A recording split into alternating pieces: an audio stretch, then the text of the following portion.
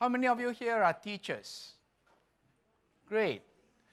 How many of you here work directly with teachers? Excellent. Story was told in a primary school. A teacher asked the kids, elementary school, year 1, if I have 3 apples in one hand and 4 apples in the other hand, what do I have? And the kid says, very large hands. Well, we have a new generation of learners today. A story was told about the great professor Albert Einstein. One day he took a bus. He got his ticket, he went up. And as usual, the train conductor came to check for the ticket. And when he came to Einstein, he couldn't find his ticket because he had so many pockets. And after a while, he looked at the conductor and says, you know, I got my ticket. It's just that I just can't remember where I put it. And by the way, my name is Einstein, and I work as a university professor. And this conductor realized, oh, it's that famous professor. Oh, sir, don't worry about your ticket. So the conductor went off. A few minutes later, the conductor walked down the aisles of the train, and he found that Einstein was still busy looking for the ticket. And he went up to him and said, sir, don't worry about your ticket. I know who you are.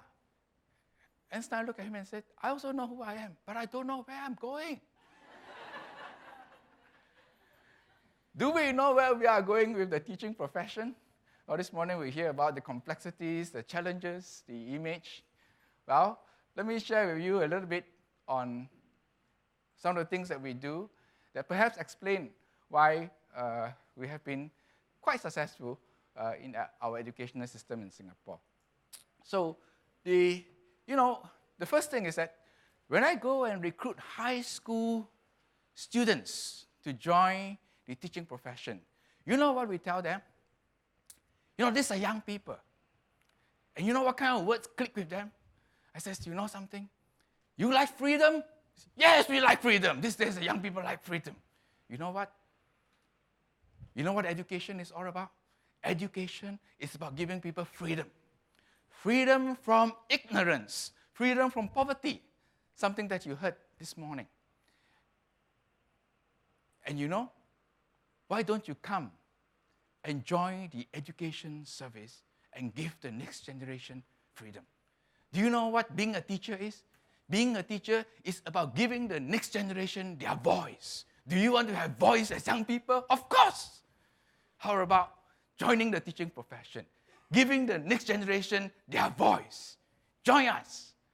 So the number one thing in the teaching profession, to make the teaching profession strong, is a strong recruitment policy.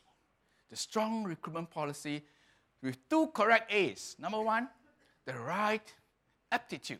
And so we go and we recruit the people who will be able to learn good content and have good, deep disciplinary knowledge. Because if you are yourself not strong in the math, in the language, how are you going to inspire and teach others with that kind of deep thinking in the subject? You need the people with the right aptitude. And then, of course, they must have the communication skills. But we also need the people with the right, another A, which is the right attitude, which is that there is truly that passion, truly the desire to work with children and young people. What Mr. Bucky said this morning, the core. And so always I tell people, I want a job with a future. Does teaching have a future? I said, teaching has no future. It's not a job with a future. Because teaching is not a job. It's a calling. So the number one thing is we need to go out aggressively. I started my career as a teacher.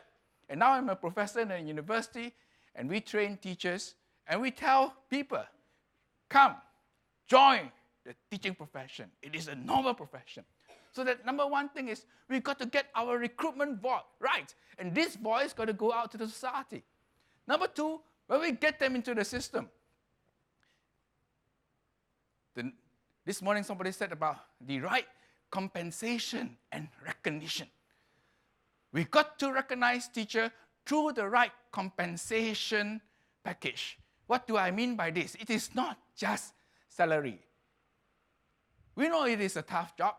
We know that it is not easy to attract people to come into the teaching profession.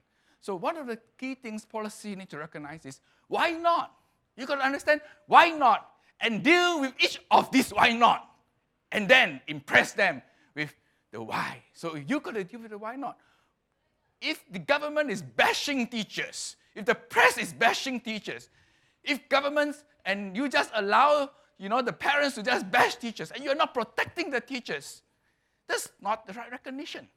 A good compensation involves salaries, there are market salary, but more than that, the entire package will recognize the hard work of teachers. They need to have the time to have a total package where they will be developed. There is a growth path. So that is the number 2. Number 3, when the teacher come in to the profession, we need to have great teacher preparation program. We tell people who come into our institute, when you come to become a teacher, you become an expert of the learner. Or these days, some people say that the term expertise cannot be used, There's so many disciplines. No, I say when you are a teacher, you are an expert of the learner. You are a teacher. You are not an engineer. Why are you a teacher? Why are you a teacher? You are a teacher because you, more than anybody else in this world, care about the learner. You, more than anybody else in this world, know and is able to care for the learner. Why? That's why you come to my institute at NIE, and we're going to equip you with that knowledge to understand the child. And that is why you learn developmental psychology. That is why you learn all you can about how people learn best in all kinds of situations. You are an expert of the learner. And so that is the characteristic of, as we prepare them, the number one value that we tell our teachers is, you are a great carer of the learner. You are a professional of the learner. You, sometimes even more than the parent, believe in the learner. You know why? Because the parent may not have the necessary knowledge and psychology of helping this child, but because we equip you, and because you work hard to learn clinically in every way about the child, you can confidently tell the parent, your child has hope, we can help you, right? So, right in the teacher preparation, very importantly, is that it has to be a rigorous program where we prepare them not just with the practical skills. We believe in a university-based, strong, research evidence-based, strong theory-backed knowledge, but at the same time, a very strong accreditation system. That is, in the preparation, the key partners is the school. So in our preparation program, we ensure that the schools work very closely in our clinical practice of preparing them so that they are really able to realize all the challenges within the actual school setting. So that's number 3. Number 4, what we do in Singapore is that we realize that when these people come into the teaching, they got so much talent in them. Teachers got talent. How many of you here are teachers? Says, teachers got talent. Say with me. Teachers got talent. You got a lot of talents. And you're not going to be the same teacher the same year over and over again. You're not to be 20 years of the same experience. Every year, you can learn something new. And we know that they have so much capability. There are those who are just so good with the students and in the classroom. And they just say, and they tell you that I just want to teach all my life. So we need to have a good teaching track. And the good teaching track must be something with very clear career milestone. So what we do through our research, through our practice in Singapore, is that we create a teacher track where after certain years of experience, there are certain set of competencies where we can articulate clearly, where you can grow, where you can work towards, and then you become a lead teacher, a master teacher, a principal master teacher, right? And we recognize somebody who's a principal master teacher as much as a headmaster. That is the teaching track. Then we realize that we need people to lead schools, people who have this tendency of vision and organization. And we see these talents among the teachers. And so we have the leadership track, where at some point appropriate, these people will be groomed, and we give them the best possible opportunity to become great leaders of school. Then we all know that today the whole curriculum is changing. It's so important. And there are teachers who are so interested in their subject, who are very well-versed with the curriculum. We make them specialists. So we have 3 tracks for the teachers, very clearly articulated, And as they progress in their career, they see that, wow, it's so interesting. There's such, multiple pathways for me to grow. So that is the number 4. Number 5, which was mentioned this morning by Andreas, that in Singapore, we have 100 hours of professional development. It doesn't mean that you're going to clock in 100 hours. It means is that we provide for that. We provide the resource for you to be able to do so. As you know, the world is changing, the curriculum is changing, and teachers need to continuously develop their skills. Learning, mentoring, right? And so we need to create such professional development opportunities, because people will stay in a profession where they feel that they are growing. They want to be growing. They want to grow their pedagogical skills. First, from being a good presenter, very good in didactics, frontal teacher, that's what I always say. A good teacher first begins in making the content knowledge visible. In other words, when you explain something to the kids, when you bring models come in, you make the content visible to the kids. They get excited about it. But that's only the first level. But as you progress, the teacher is not only just making content visible. He or she makes his or her own thinking visible to the child. He's able to explain, why are we working things this way?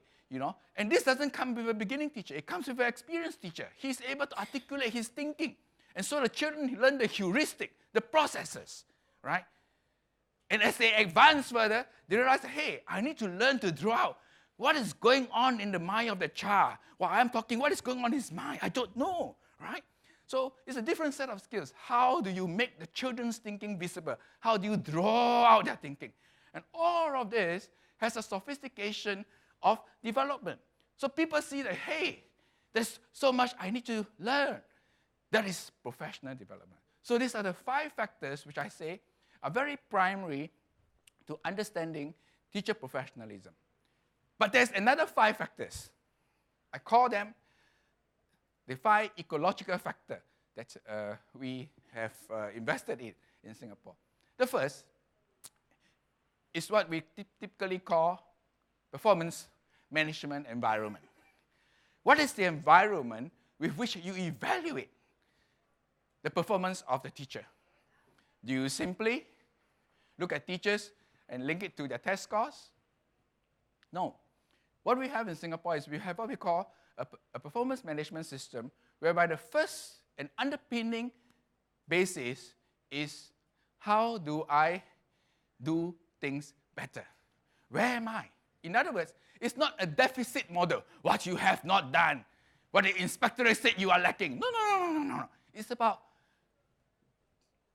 how do you feel you are doing with this group of kids? How do you feel you are doing with teaching this method?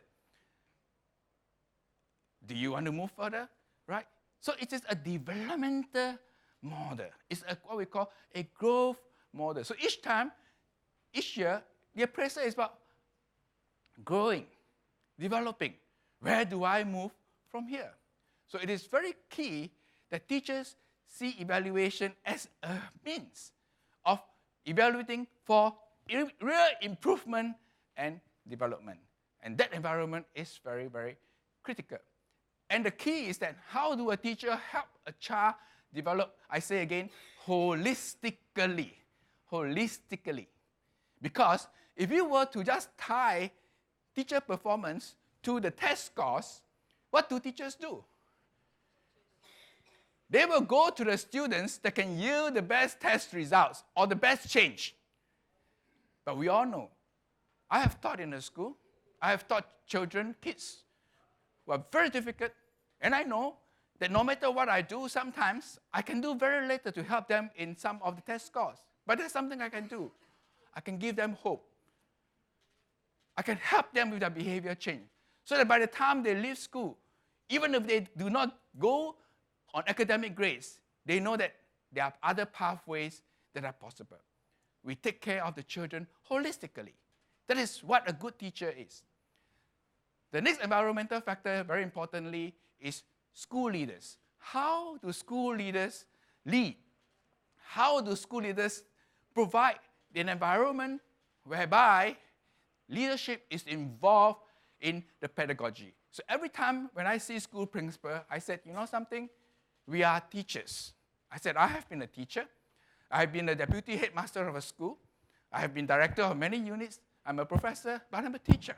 I always tell people I am a teacher. Principals, we are teachers. Sometimes when people enter into leadership, they forgot. They forgot what is happening in the front line.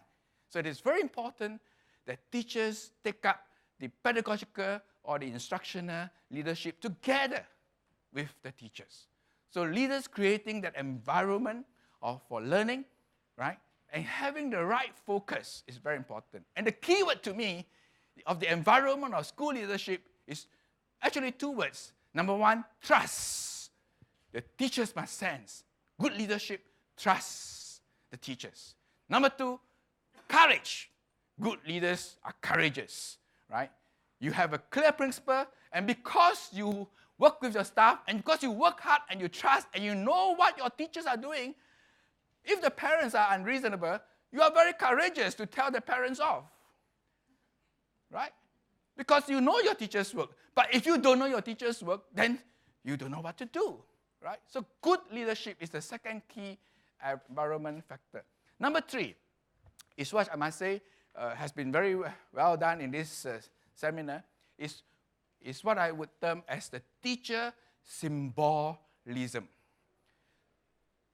Now, teachers represent a very important symbol, not only in terms of our role, but you've got to realize that throughout centuries, in all cultures, the concept of a teacher is so important. It is this concept that is causing human civilization and generation to generation to be blessed and to grow. So in Japan, you have the sensei. You respect the sensei. In China, you have the lao shi. In India, you have the guru. Here, you have the prophet teacher. The teacher is a very important symbol. The day this symbol is destroyed, it's not only that teachers have no job, the society will collapse. Where is the frame of reference in the mind of a child or a youth? You tell me. In today's social media, what are the values? Who is going to take this custody of the society and the rich heritage of your country, of your society, of the different culture? The teacher's role. So the symbol of a teacher should be preserved in a very, very strong way. And I congratulate this conference for heightening this symbol of the teacher and recognizing the teacher. But more importantly, the teacher symbol indicates that even as teachers, we should always cheer one another on, right? That there should be always that culture of promoting this symbol of the teacher. So that's the number three environment factor. And my message is not only just to teachers, to the community, to the press, to the journalists who are here. Don't catch one teacher who did something not right and tell the whole world when there are 99 teachers who work so hard to care for the lives and change the life of so many people. Am I right? That is the teacher symbolism. And we preserve this symbolism.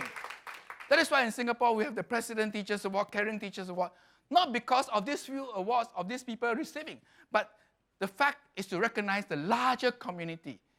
As this conference say, teachers, they are everything. They are the treasure. Environment factor number three.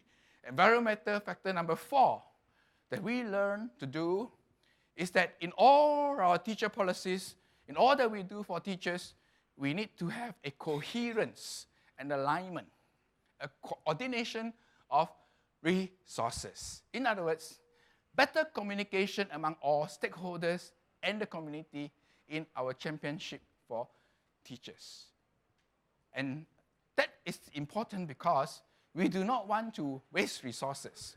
We need to optimize resources. So, right, for example, the National Institute of Education, we work very closely with the schools because the schools are very, very important practice area. And we know that the teachers know the practice best, right? So we work closely with them. We work very closely with the policymakers, with the Ministry of Education, so that there will be no gap between what is the university training and what is needed out in the field. So this is where coherence becomes very, very, very important. The partnership, right, of the entire system. And the last point I want to say is that, and that's why you are here, is that we need to have an environment of future orientation. In other words, teachers need to realize that they truly are preparing the next generation for the future. We have heard enough. Globalization, technology. Kids are on Facebook. But let me ask you, do they have a face?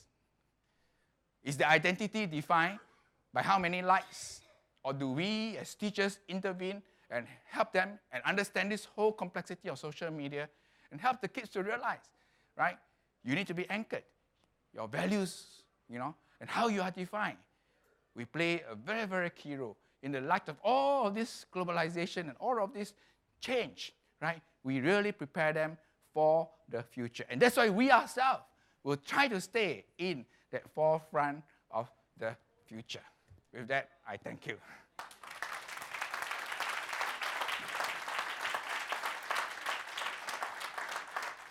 So I still have about 8 minutes or so. I welcome your questions and your encouragement. Comments? Yes, madam. It's really admirable that you offer 100 hours of PD. I think that's great. Our teacher, is that in addition to a teacher's school day, or does that happen after school, or is it, are the children released early? How does it work for you in Singapore? So within the school, of course, there are key curriculum time, and oftentimes after the main curriculum time, the school leaders hold meeting pertaining to logistic and all that. But we make sure that even with respect to that, certain days are dedicated not to discuss about logistical matter, about student problem, but to really work on professional development, right? So now as to where do the 100 hours fit in? Well, it is a mixture of all. In other words, if they were to sign on a program to attend course, right? So the teacher will make arrangement for the teacher to have a relief during the period. So they can actually go on courses on the former hours. On the other hand, many teachers also use time after school, and even sometimes they are entitled school break to go for professional development. So when we say the hours are supported, it means they're supporting them in terms of the hours, as well as actually many times paying for the courses that they go to. Thank you for your question. Thank you. Yes, sir. Hi. Thank you for the passion. Thank you. How do you get the community involved in supporting teachers and helping them? How you get parents involved in the process of educating? Yeah. So all the schools have what we call advisory boards, and they also have, some schools also have a parent teachers association. So this is, actually we have this rather decentralized. So it is left to each school. Some schools have a stronger culture of that, some schools have less. But increasingly, in our training of the teachers and also the preparation of school leaders, we are encouraging them to have a stronger engagement. Let me give you an example. I've been on the advisory board of a junior college, right? It's not an elite junior college. It's a junior college that is in a pretty, you can say, lower income neighborhood and so on. And what we do is that we get the parents are involved to the extent that each time, in Singapore we have national exams, and like when they have the period of the so-called national exams, students want to have more hours to study in the school and so on. And we expand the school so that they can stay on in the school. And what happens is that these parents come and they cook and provide a dinner. So this is the kind of partnership they provide. And we sometimes have very entrepreneurial principals who actually work with some parents who in fact actually sponsor the school on some things. We had a case of, I know of a parent who actually sponsored the shoe of every kid, and it was real good shoe, real sports shoe, because we were talking about the kind of running that they have to do. We need a better shoe and so on. So we uniform it, right? and he was in charge of a very expensive brand, but he was prepared to compromise it to a price that is fair for the children to afford. So these are the kind of partnership that happen. So it depends very much. The key is the school leaders and the teachers must be prepared to embrace the community. If they see the community positively, they will reciprocate.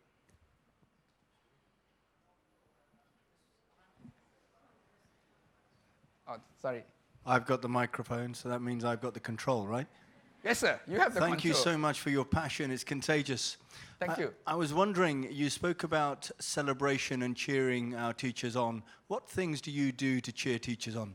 Right. So very importantly, we have all kinds of recognition award, like we say, Caring Teachers Award, and at each level, different awards for the pedagogical excellence and so on. So I think these are the kind of, like what you have here, but proliferated at different levels, So I think that is one important factor.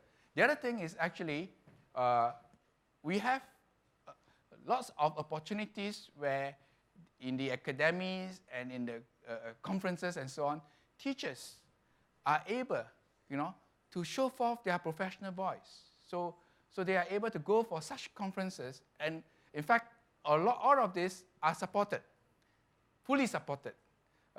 So ideas that actually enable teachers to collaborate and so on, they get a sense of support. So I think resource support is one key thing.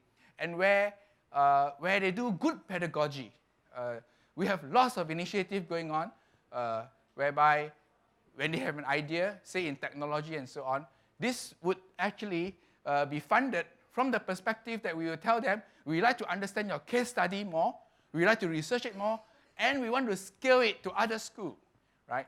And teachers have a great sense of satisfaction when they see that their work is being propagated to another school. Sorry, sir, you have a question? Hi. You mentioned actually streamlining a clear career path for a teacher as a strong tool. How do you think that can be applied in an ecosystem of international schools where in certain situations we rely a lot on expat talent and sometimes there is turnover that happens? Interestingly, all schools in Singapore are primarily public, right? I mean, it's all government public. Of course, we do have a lot of international schools, and these are the private. But what I'm saying is all regarding to the public system. So I do not know enough about the international private scenario, especially in Dubai. I understand it's opposite. You have largely private international school. But I'm sure in our quest to up the teaching profession, consortia can be formed to create tracks, that can recognize teachers. And I think these are quite important because what teachers need are clear milestones of what it takes to be, what does the master teacher look like? What does an expert teacher look like? And I think research has shown more and more that there are competencies that we can articulate. So I think maybe the international organization should form a consortia. I'll be happy to be your advisor. Right. Yes, sir. Has the tracking helped retain teachers and keep them in the profession longer, especially in the early stages where many people sort of burn out from the teaching profession that they see? Do you have some numbers of before until now in terms of how it has helped keep people in the profession? Absolutely. You are right. In fact, that is a very, you have this very sharp observation. In fact, the creation of these tracks indeed led to a much stronger retention in many ways, because teachers see that there are really different pathways. Sometimes people just want to do different things, and what we have is that it is a very flexible kind of movement. In other words, I may have aspiration to go into a specialist, then I will go and do some specialist work for a period of time, and after that I may feel that, hey, I want to go back to the school, and at some point we feel that, hey, this person could actually go back and be a school leader. So that is the opportunity, and what we do is to expose them to those things that they felt is within their competence. Or they may feel that, well, after exposing, the leadership track is not what I want. I still want to be back in the teacher. And then they go on the teacher track. So they do not see themselves as one being inferior or the other, because all the tracks are very well recognized. One more question? Yes, ma'am. Okay. So are these trainings done at a central level, or is it done school-wise, or how does it get maintained? Okay, I'm glad to share with you that I come from what we call the National Institute of Education. So it is done at a national level, and there's only one main institution. And we do both, all the teacher preparation, the preparation of the school leaders, as well as research. Yeah. There's one challenge that has been faced, while this is a success story, but what was the challenges that you faced while you implemented this policy? Is there any one specific challenge that you faced? Right. So obviously, I think all policy implementation will certainly face challenges. So the key thing that we learn is patience. One challenge is patience. We move in a very fast-paced society. We know that education is for the long haul, and sometimes we know that something is good, but we get a bit impatient, And I think we do need to learn that some things we have to pace because, human development and all of this is complex, right? If not, I think my time is up. I'm happy to talk to you outside, and I thank you very much for your attention.